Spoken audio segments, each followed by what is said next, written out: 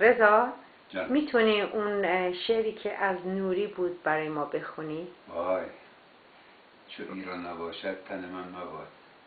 خب باش کردم از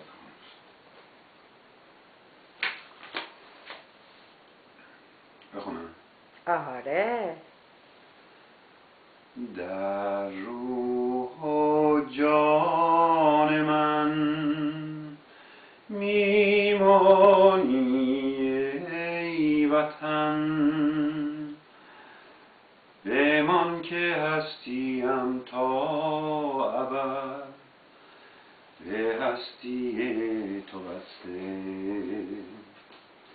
ای ایران ایران دور از دامان پاکت دست دگران، بدگهران ای عشق سوزان، ای شیرین ترین رویای من به جهان.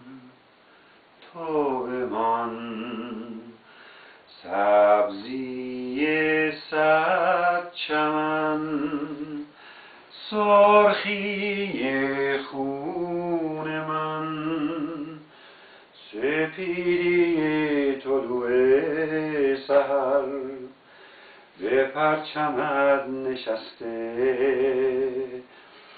شرح این عاشقی ننشیند در سخن، بمان که هستیم تا ابد به هستی تو بسته.